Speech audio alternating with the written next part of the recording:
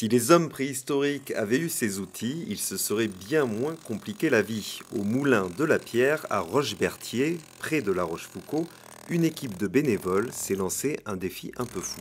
Nous avons décidé donc de reproduire des œuvres de l'ère pariétale qui ont été faites il y a 25 000 ans par les hommes préhistoriques dans des sites qui se trouvent près d'ici, et notamment celui du Roc de Serre, qui se trouve à 15 km dans la vallée du Roc.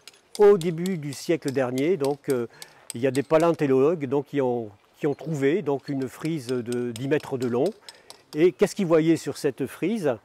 C'est des scènes animales, c'était des animaux que les hommes préhistoriques chassaient.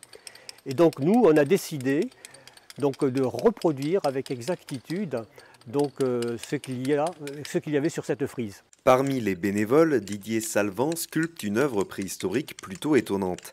Savez-vous ce que l'artiste est en train de façonner? Toujours pas? Didier nous donne la réponse. Je suis en train de participer à une frise préhistorique. Et là, je suis en train de sculpter la Vénus de l'Espugue. C'est une représentation humaine, l'une des premières représentations de femmes qu'on ait trouvées à la préhistoire, dans de l'os. On le voit ici. Ça a été trouvé dans Haute-Garonne, à l'Espugue, dans la vallée de la Save, c'est une rivière. Et on a trouvé cette sculpture de femme. Donc je la représente ici. Et ici, j'ai fait une gravure qui a été trouvée sur un os en Dordogne. Pour moi, c'est important parce que les sculpteurs de la préhistoire ont laissé une trace dans leur caverne avec ces sculptures. Et nous, c'est une façon pour nous, sculpteurs contemporains, de laisser une trace aussi qui restera après nous. Et c'est important pour moi de laisser une trace. Je pense que l'art, c'est ce qui reste quand une civilisation est partie. L'histoire de la pierre en Charente, c'est vieux, puisque 25 ou 30 000 ans que les gens sculptent la pierre ici.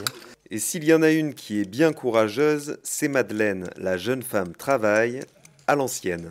À la base, j'ai fait des études dans la préhistoire et les beaux-arts après, donc forcément c'est un petit peu à la jonction entre les deux. Ce que j'ai voulu faire, c'est du coup rejoindre ce projet de grande fresque, mais en utilisant des méthodes du paléolithique.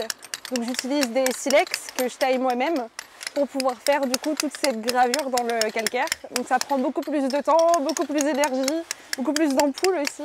Et au final, je trouve ça très intéressant de voir avec les différents outils qu'on peut avoir, modernes et très anciens, les différents rendus aussi qu'on peut avoir. C'est aussi très instructif au final, plus dans une démarche d'archéologie expérimentale, de voir quels éclats marchent mieux, s'il y a vraiment des pointes qui sont plus appliquées, etc. Et ce que j'ai découvert, c'est que pour l'instant, les éclats non retouchés s'abîment plus vite, mais sont aussi beaucoup plus tranchants dans la roche et sont aussi plus précis. Le projet associatif devrait durer entre 2 et 3 ans. Jacques, Didier, Madeleine et tous les artistes se feront une joie de vous recevoir pour partager leur passion et ainsi marquer l'un de vos jours d'une pierre blanche.